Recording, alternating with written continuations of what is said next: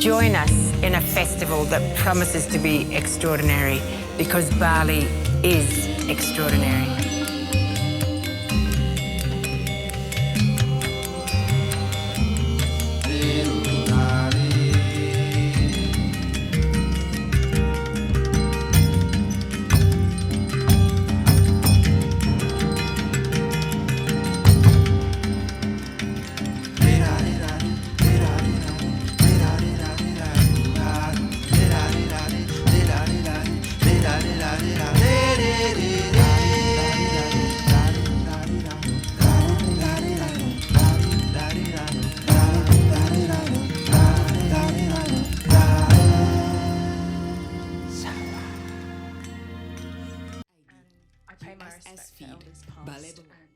Present.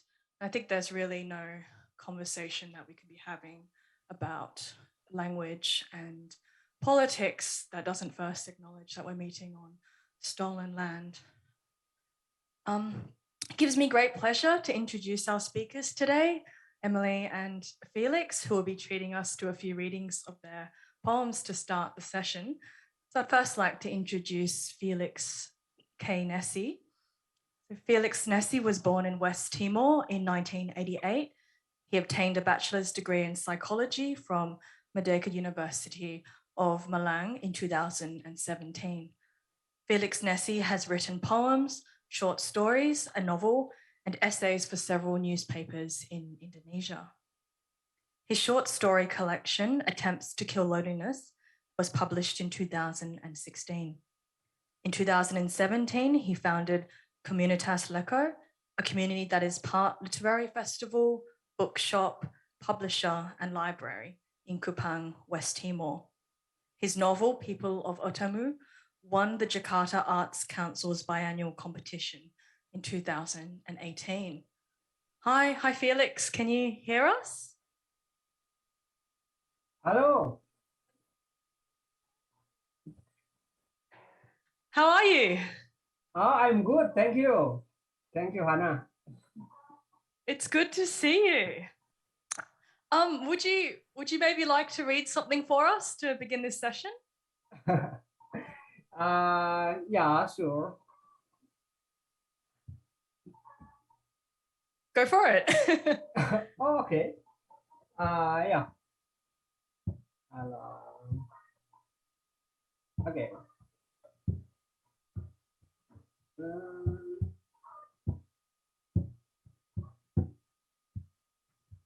Thanks. Oh,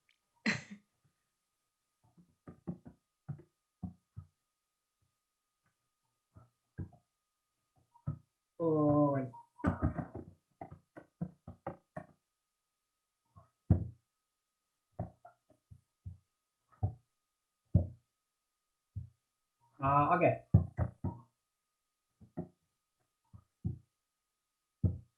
Reading that you'd like to share? Okay.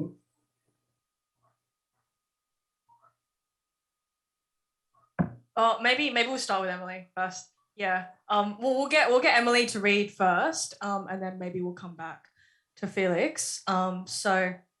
Emily Sun was born in Hong Kong, moved to England at age 3, and at 8 years old, immigrated with her family to Wajak Noongar Buja, Perth, Western Australia.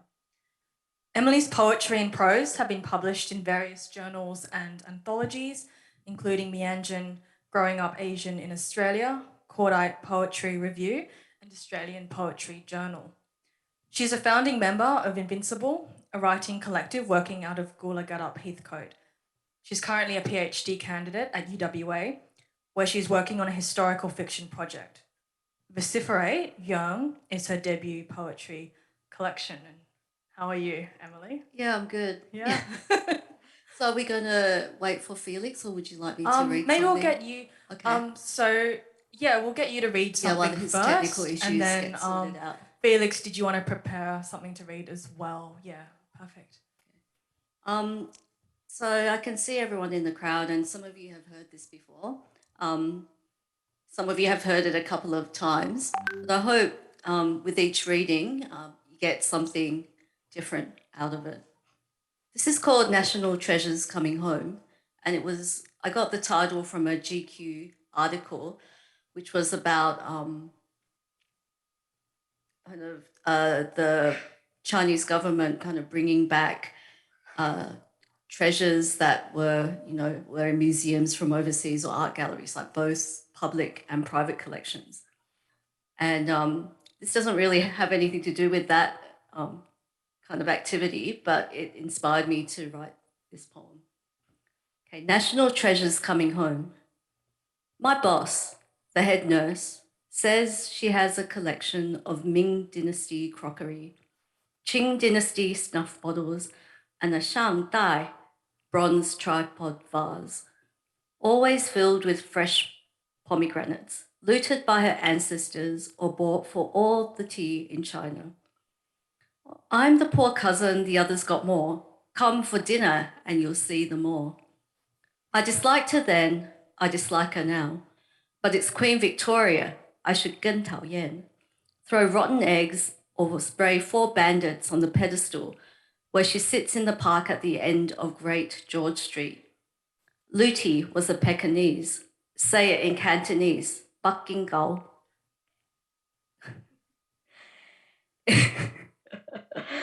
It is my boss, not Victoria, who wants me to eat beef stroganoff and polenta off my ancestors' plate, sniff the pot puree she's placed in rhinoceros shell-lined bottles, translate the inked poems about ancient fish, and explain why the toad has red eyes, flared nose, and only 3 legs. For dessert, she will make a pavlova in her new Bosch oven with fresh cherries seconds from local farms. I usually painted my stolen goods encased in glass cabinets, national treasures and ancient clays I cannot afford to buy. I've seen the Egyptian treasures excavated by the men who live in Downton Abbey. Your Chinese mouth would not touch these Chinese treasures had we not salvaged history back to Portsmouth.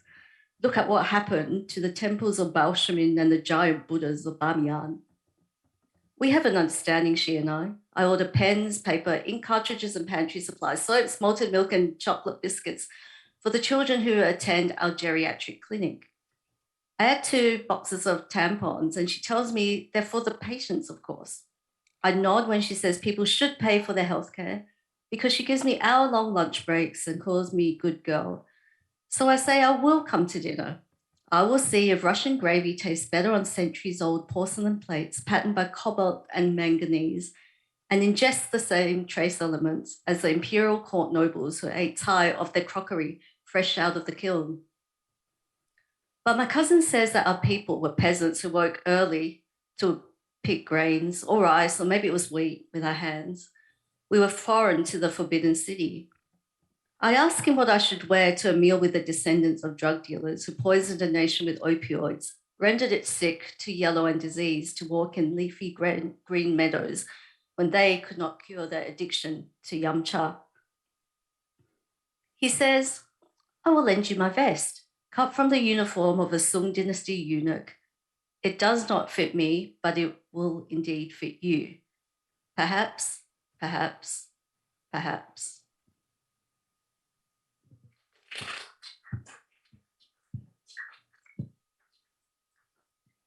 Thank you, Emily. I always love listening to you read. Felix, was there a poem or 2 that you'd like to read for us today? Yeah.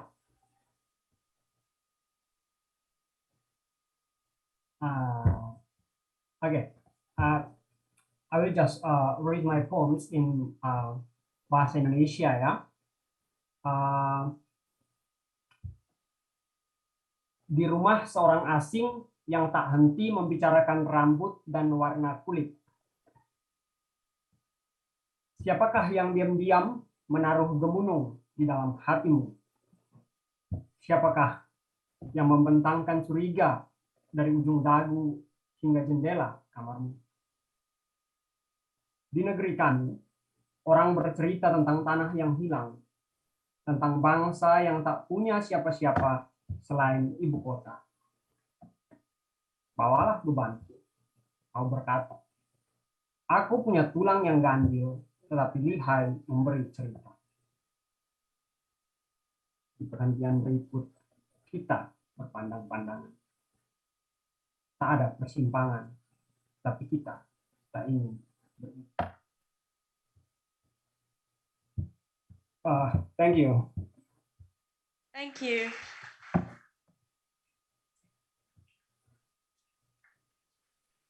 Thank you so much, Felix, and it's really wonderful to hear you read your work.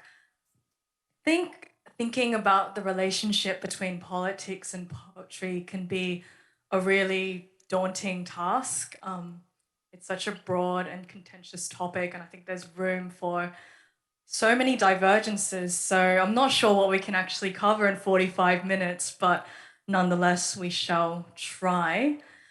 So I've prepared a few questions that I'd like to ask Emily and Felix first, and then we'll provide an opportunity for members of the audience, both online and attending here in person, to ask a question if they would like as well. So I'll start with the session of this, like the title of this session, Poetry and Politics. And Felix and Emily, you've both written in other forms before. So Felix, you've written a novel and short stories, and I know, Emily, you've also written in prose as well. So maybe we'll start with you, Emily. Is there something special or significant about poetry that allows you to explore the ideas important to you? I'd have to say I could explore these ideas in other forms as well, but this poetry collection came about because, I don't mean to kind of be flippant about writing poetry, but I wrote them because I was trying to kind of free myself from writing academic prose, because I wrote this collection in the break I had between my master's and my PhD. And I realized that my writing had become too academic and my prose had become too restricted, and even the way I was thinking, because I was also teaching academic writing, had become too institutionalized. So I guess for me, poetry offers me that freedom to break away from those conventions. And I was thinking about this session on my way here about politics and poetry. And like you said, there's so much that we could talk about. Like I was thinking, do I talk about, my smart writer? Because everything we do, like the politics is personal and personal is politics, including, my smart writer on the way up here and the change in like zones. So yeah, ask away. What else do you want to ask?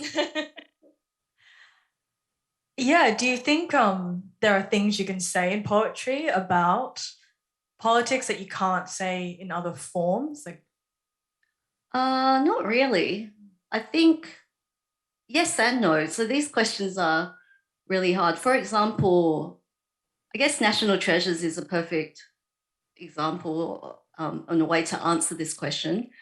It started off as a 8,000 word short story, which was in a different form altogether. It was about, I think I wrote it when I was a bit younger, about how much I hated a boss that I had and my work. And it was wasn't even what you would call literary. It was about a machine of pain. And it's actually quite twisted, where I was just expressing my frustration with work at the time. And then I guess through the years, as I revisited it, I kind of distilled it and kind of started viewing that experience not through, as a way of kind of working out my relationship with, work and all the things that comes with being a human in the world and having to survive. So from that, somehow I distilled it and it became this National Treasures Coming Home. And then I guess in poetry, I can make those leaps that I might not necessarily be able to do in conventional prose, where the narrative is more linear and I'm unable to, it took me 8,000 words to express everything that I wanted to, and that I managed to, I guess, compress in 2 pages of poetry.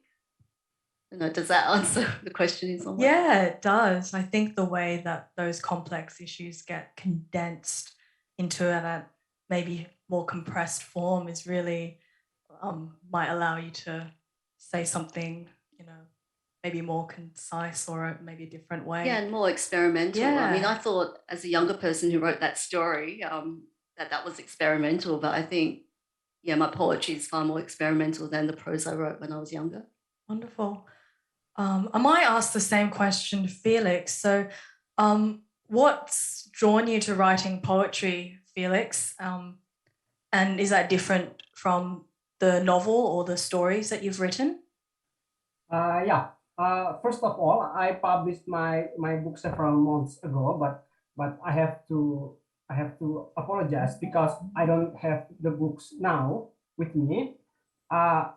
I live in a village. It's so far away from the bookstore. The nearest bookstore is like about 500 kilometers. And because I grown up in this village in Timor, in West Timor, I live with my family. I mean Timorese people. We have this oral tradition. We don't write, but we have so many stories. We have poems. We have like in our song. We have also when we pray like the spell or something like that. And I think all of it is poems. Like we have rhymes and everything. So when I start to write, I'm writing prose and also poems, but I just published my poems collection this year because I think after I published my short stories collection and novel, yeah, maybe I have something with all my poems. So I collect all the poems that I wrote like when I was in high school, like 10 years ago, and then I published it because I think I live with so much poems in my head.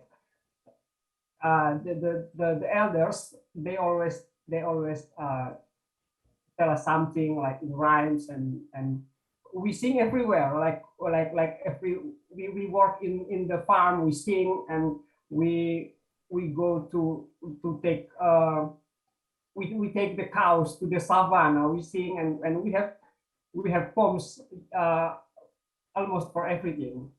I think that's the reason. Yeah. Wow, thanks, Felix. Did you say you had poems that you'd written in high school as well? Yeah. They make it to your collection? Yeah. I was I collect about about 600 or 500 poems, but I work with my editor and we just pick like seven 70 poems or something like that. I think 79 or 80 poems? Yeah, 79, yeah. So in that collection, Kita, Penang, Saling, and Cinta, what's the oldest poem in there that you've written? That's from 2008, I think. Yeah, 10 years ago, 12 years, yeah. Emily, what's the oldest poem in Vociferate? Probably one from 2018, because I mean, I've always written in fragments and poetry for myself, but it wasn't until 2019 that I thought about publishing them as a collection. Yeah, fantastic. So I might turn to a question about place. Emily, your work is really interested in place and in the movement of people and in diaspora. So some of the poems reflect on Hong Kong and China and the histories of empire that they're entangled in. And they also look at your experiences in living in a so-called Australia. So do you consider place to be an important aspect of your poetry? And how have the different places you've lived in informed your work? I think I've always lived a rather, even though I've been stuck in my house for the last 15 years or so, I've always thought of myself as being untethered to a specific place. And I suppose that comes from being the daughter of parents who are here today, so I better watch what I say, who are themselves diasporic Chinese. So even though you have to go back to the late 19th century where I can locate all my ancestors in, the motherland that is what is now the PRC. But I suppose because of how in Australia, the Chinese haven't been accepted here as Australians, and that history of discrimination, which, up until when we came here, the white Australian policy had only, that was just within 10 years of the end of the white Australian policy. So there's always that feeling of, not quite belonging here. And even though, and this might be different for the next generations, so that might be something you can answer. But there's that feeling of being nowhere because, you're still tethered somehow to where your ancestors came from, not only because of how the policies here or the attitudes here, but also because of the policies or laws about citizenship and like over there. And then being born in Hong Kong is even more confusing. And I'm sure if I had stayed in Hong Kong, like a friend told me, I would have been even messed up about my identity and sense of place. And then I was thinking when I was listening to the earlier session, if I'd been born in Jakarta, that's a different experience of being Chinese as well, because there's that discrimination against Chinese there, and where you can't even use your name. And maybe you can now, but I know there was that period. I haven't kept up to touch with what happens in Indonesia, but I met many people who didn't have Indonesian names, but they turn out to be Chinese because they're not allowed to keep their names. So a little bit like what's, with the far right in France at the moment, kind of promoting that idea that, French children must have French names. So, kind of aligning the nation state, kind of imposing these identities on you. And I suppose in writing this collection, I was thinking about all those things and even language. And so I kind of stuck my name.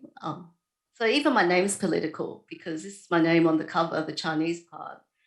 And I could just write a whole PhD about that. There might be a chapter about that, but even my name, like for many of you, who come here with different names, you just adopt an alias so it's easier for everyone else. But then at the same time, the name I have, it's transliterated. It's actually a Mandarin name, but it's, so that identifies me as being from probably China, but yet, I didn't speak Mandarin or enter like what is now China until my 20s. So it's really complex. And I suppose going back to the first question, that's why I wrote this poetry, because, like you said, it is easier to explain through poetry than, to kind of present a 3-hour-long lecture. We could do that as well. No. And I was also really interested in some of the poems you wrote that sort of responded to specific places, like like a restaurant on William Street or a specific suburb or something like that. So that only came about because I took a writing workshop with Laurie Steed, a local writer, and at that point I thought I was putting together a short story collection. And he spoke about how, that we should, or I should specifically, write about Perth because this has been my hometown. And I know this place better than all the other places I've been, but yet there's still that reluctance. I sense that even through my work now to claim that this as my home. And I guess it's like about identity, it's twofold, like whether I'm accepted and whether, I want to accept that identity imposed and self-claimed identities, and it's provisional, like it just shifts depending on context. Now it's like I'm writing my thesis for you. Oh, that's not what I'm trying to. But we're not. It's okay. You don't have to write your thesis now. We're just having a chat. So Felix, this question of place plays a really important role in your work as well. And one of the really interesting things that your work is doing is that is examining those untold stories about the East Nusa Tenggara province, and it critiques that centralization of power and capital in Java. So Felix, I'm wondering if you'd like to talk a little bit about place and your home province and why that's important to your writing.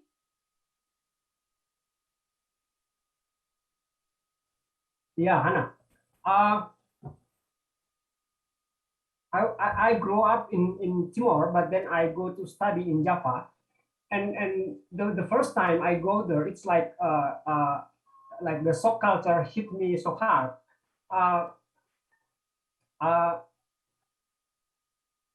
I then realized that sometimes the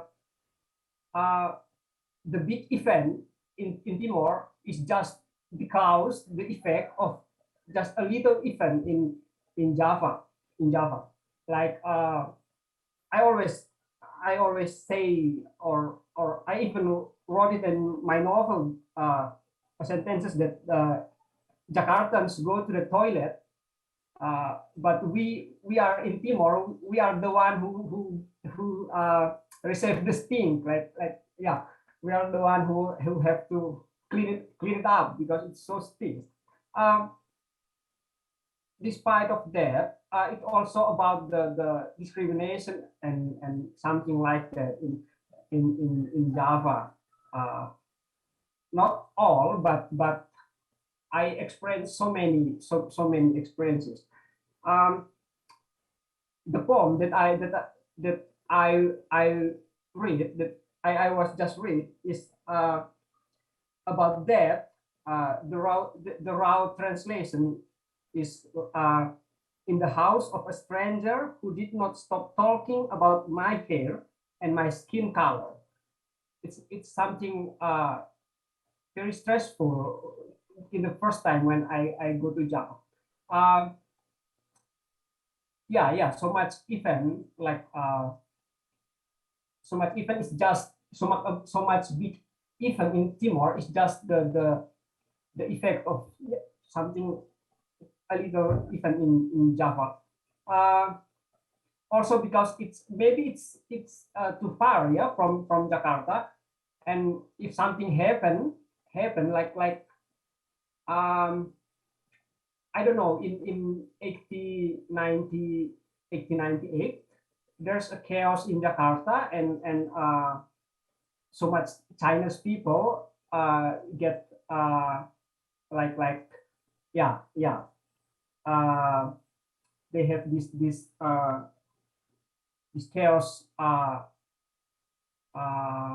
They got attacked in Jakarta, and we have the big effect in Timor also.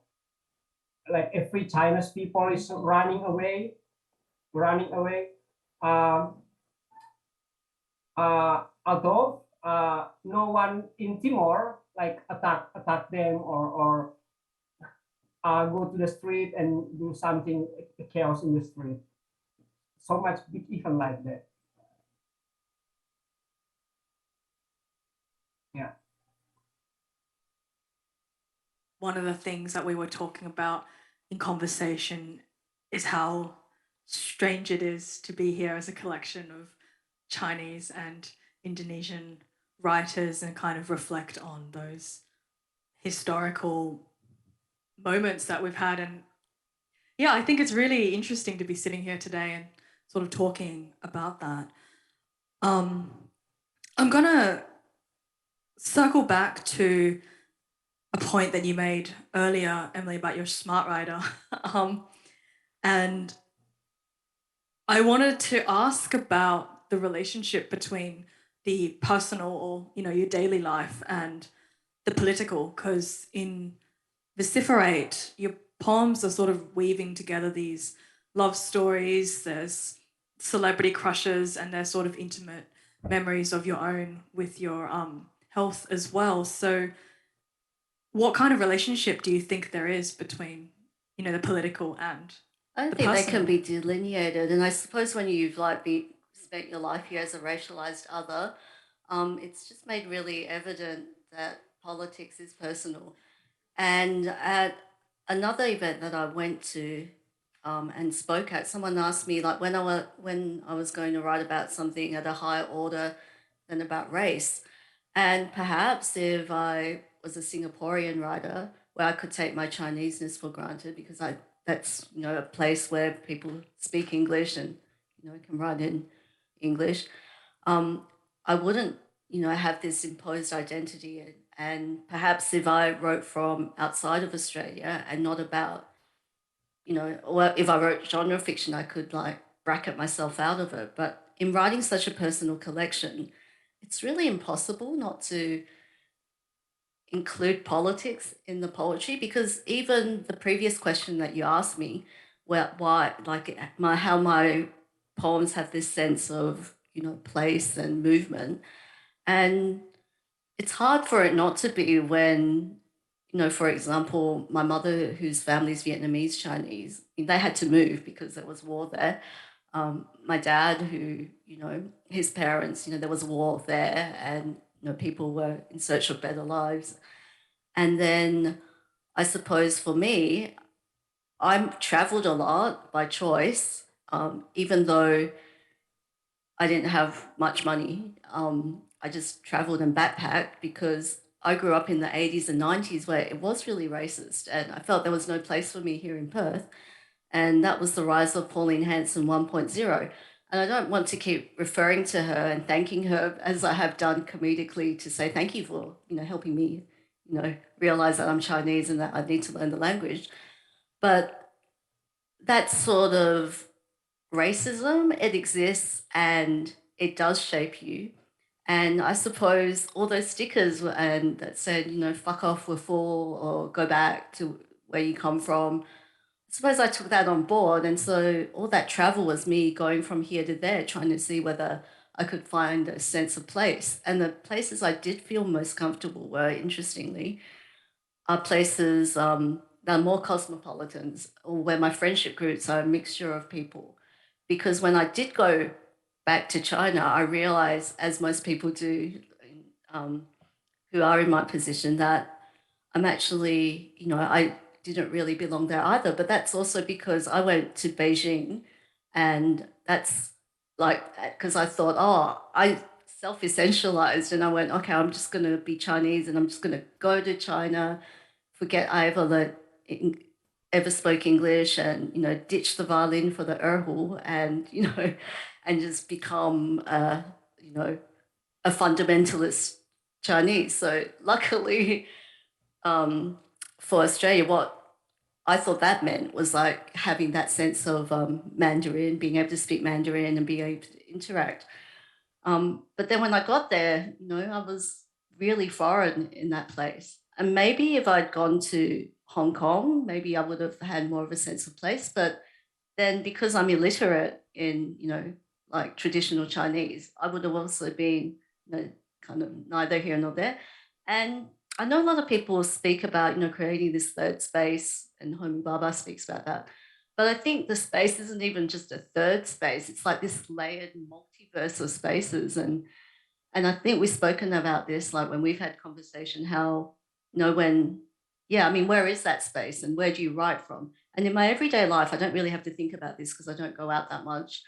But now having, immersed myself into writing, these are the things I've been thinking about. Yeah, I think this idea that you're speaking about, this kind of liminality, I don't know, like, I think it's very abstract or fashionable to talk about the ways that we might exist in between identities, but that's all fun and well until you actually have to live it, and then you have to write about it, and then that has to come from a place as well that's more than just a nice word. Yeah, and then all the tools we work with, like even the terms that we call ourselves like people of color, and I mean that people of color, that comes from like apartheid, like apartheid South Africa, where you're neither black or white. So it's like, as a writer writing in English for mainly an English reading audience, there's all these questions of positionality that, you just can't take for granted. So that's what I'm grappling with at the moment for my current project. Yeah. Wonderful. So speaking of positionality, Felix, what kind of relationship is there between the personal and the political in your work? I know some of your poems look at relationships between family members. They're really interested in generations and lovers. So is there something that you'd like to speak to on that topic? Yeah. Every single event, important event that happened in Timor, that I told you that it was just an effect from Jakarta. Every single event of that is give me so many traumatic memories in me. So also I think in my family, because like for example, the biggest event is when the East Timor war, like they have to gain their independence. It's so chaos in West Timor, because suddenly we have so many army, suddenly we have so many truck, and the army, the soldiers, they live in the village. So every day we have to see the army with guns, and sometimes we have to hear the gunshot in the neighborhood. And after that we have to receive so many refugees from East Timor. Also some of them is our family. So like we have the bigger family with their traumatic event, with their traumatic memory. So we have so many. Yeah, I have to say that we have chaos. We also have so many chaos. Like our family is become unstable and everything. And the army, that the soldiers that came to the village, they are not just soldiers, the people that we are afraid of, but also they are Japanese. Like they have a double supreme for us Timorese. So all of these things, I live with all of these things until I go to the Java, and then I decide to be a writer and everything. And I think every time I write, maybe I'm wrong, but I always give all the excuses to the government. I think what happened to me, like all the traumatic memory, is their responsibility. Yeah, everything is just like that in my head. Maybe I'm wrong about that, but I have to think about it over and over. Yeah. Thank you, Felix. I think the takeaway from that is sort of the ways in which the personal is the political, and the way that government is so inextricably woven into that. And I know we don't have that much time left, but let me just check. Is anyone, would anyone like to ask a question directed at, well, I see there's one online, maybe we'll take that first. Thank you, Sarah. The question is for both speakers. How can poems create social and political change, and what have been the responses to your political poems? Shall we let Felix answer that first? Do you hear that question? Sorry. The question was how, sorry, Sharon, what, you repeat that? How can poems create social and political change, and what have been the responses to your political poems?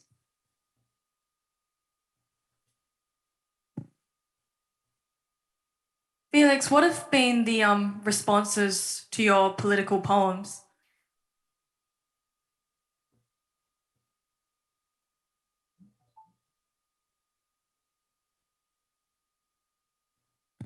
Maybe we'll get Emily to answer that first. Yeah.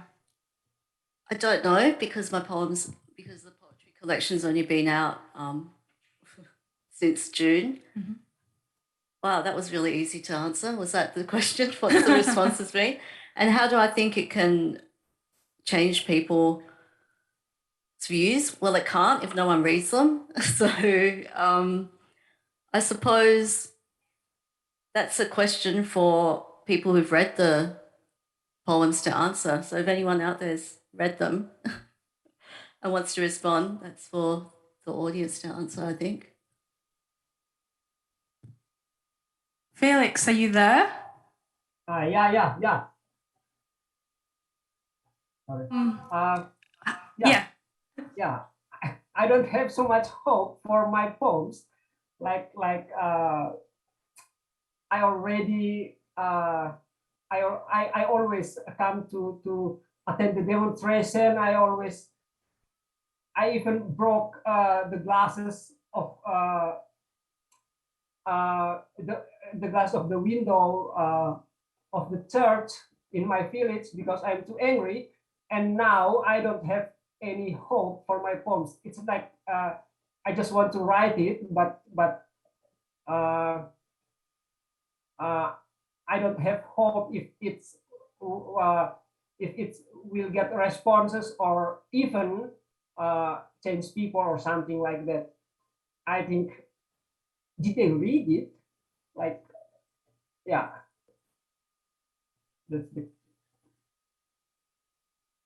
Maybe they don't even read it. Thank you, Felix. And I think we have one more question. That on? Yeah, thank you. My name is Tinika. Question for Felix. Felix, is your poetry likely to expose you and maybe land you in jail?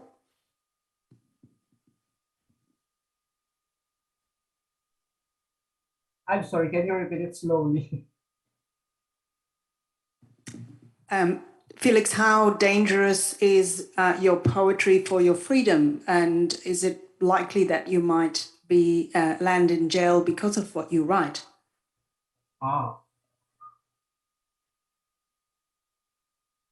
When I write, I didn't really care about that. Like I always, maybe I'm wrong, but I always think that the government, they didn't read. So it's